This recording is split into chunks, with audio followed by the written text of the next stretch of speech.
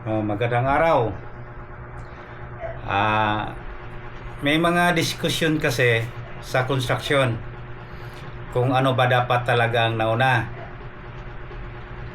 sa pagtayo ng bahay. Maliban sa layout, siyempre layout. Ano dapat ang unahin kung maglagay ng walls? Mauna ba dapat ang poste or yung hollow blocks ang mauna i-sit up, i-laying bago pupormahan yung poste?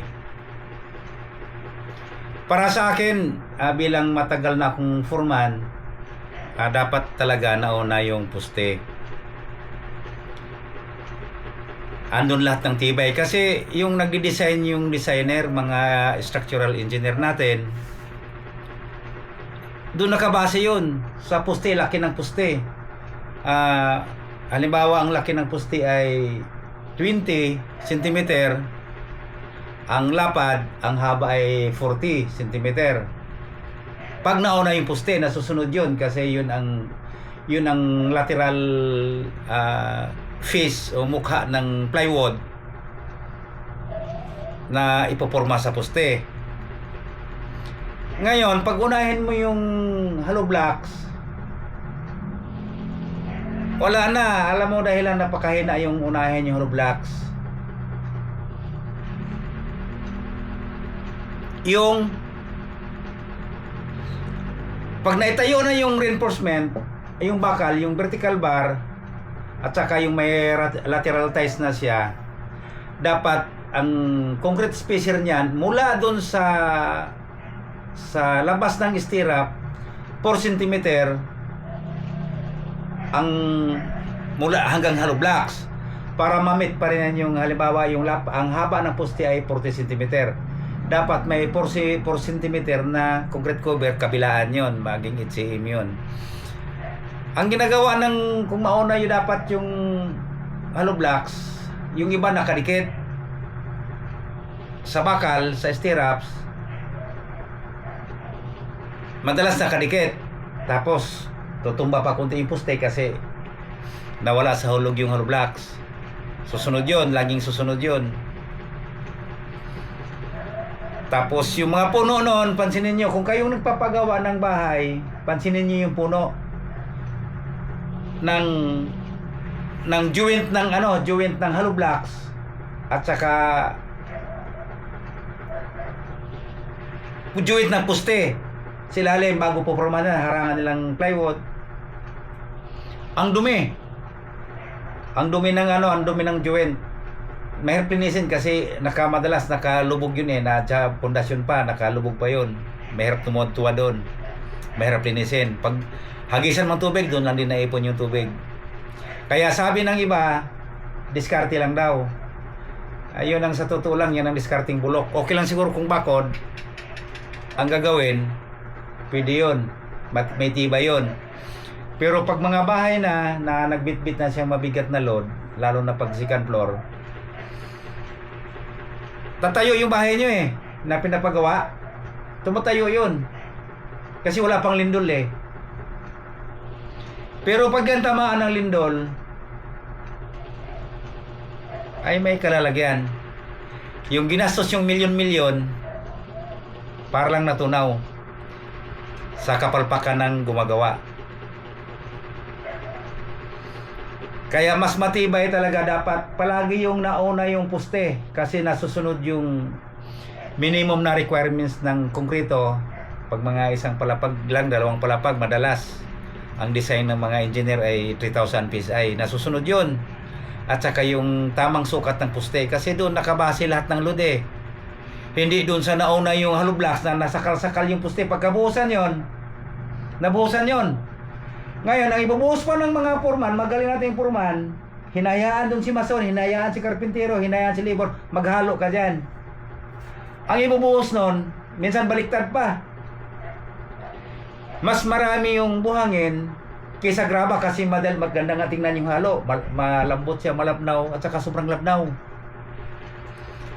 Ngayon, kahit anong labnaw, habang lumalabnaw siya, nagtutubig-tubig, lalong nagampaw yung buhos. Kasi yung binder ng ano, nagbabind yung dapat yung graba at saka buhangin, ang nagbabind ng simento at saka buhangin, nagbabind sa graba para maging halo siya. Dahil tubig na. Pag ibos na yung tubig, babaksak tubig, tatagos. Ngayon, pag baklasin ngayon yung purma,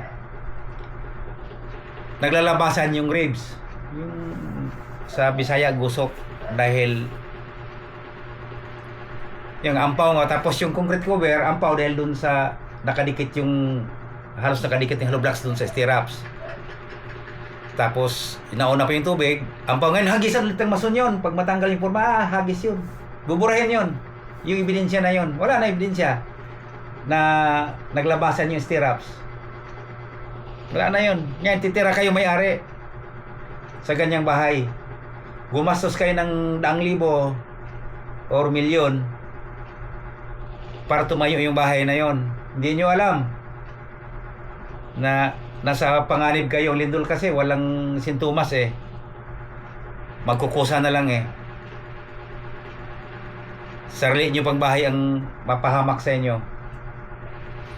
Kaya dapat pag kumuha kayong kontraktor, yung hindi puro lang pira inisip. Kasi pag nauna kasing hollow blocks, pag nauna ng hollow blocks, tipid sa ano yon, tipid sa materialis yun. Sobrang tipid. Kasi itapal-tapal na yung mga poste, ay yung forma sa poste, tapal yang. Ang problema yung concrete cover doon, laging nawala doon sa structural. Dapat laging nanguna yung structural bago yung architectural. Ang masonry kasi halos nasa part na ng architectural yan eh. Ang paglatag ng hollow blocks.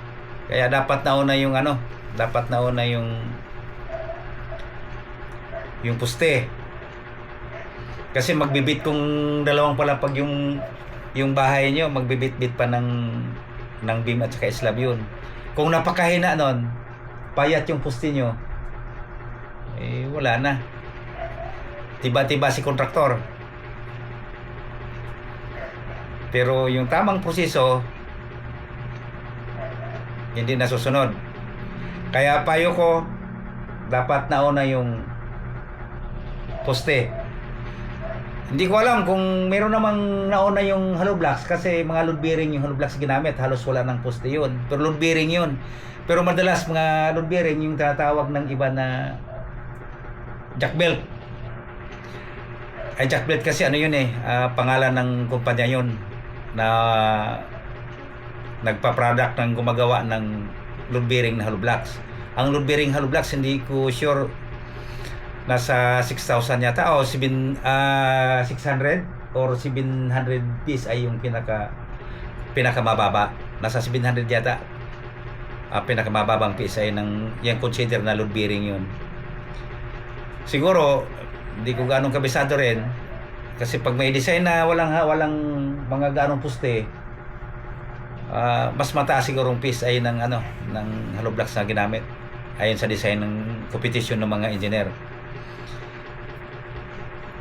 Pero pagdating sa unahin yung hollow blocks, isa pa. Pag unahin yung hollow blocks, pag kayo nagpagawa ng bahay, unahin yung hollow blocks. Pagkatapos ng bahay nyo, nakadawala sa eskwela yung loob. Sigurado yun. 99% yun. Sabihin ng mga foreman, mga mason na, ay, diskarte lang yan. Kalukuhang diskarte yun. Oras na yung grid line ng bahay nyo, pansinin yung plano nyo, may mag-grid line yan, ibabaw, ABCD, or 1, 2, 3, 4. Tapos, sa kabilang side naman, pag hindi ABCD, 1, 2, 3, 4, yan tawag na grid line. May layout yan, umpisa layout pa lang, nagagawa yung layout na yan. Pero pagdating sa hukay, okay yun, nasunod pa yun, wala pa yung hollow blocks eh. Mabusan yung may tayo yung bakal, andun pa rin tangsi. Ganda, may tangsi siya. Nakatangsi pa rin.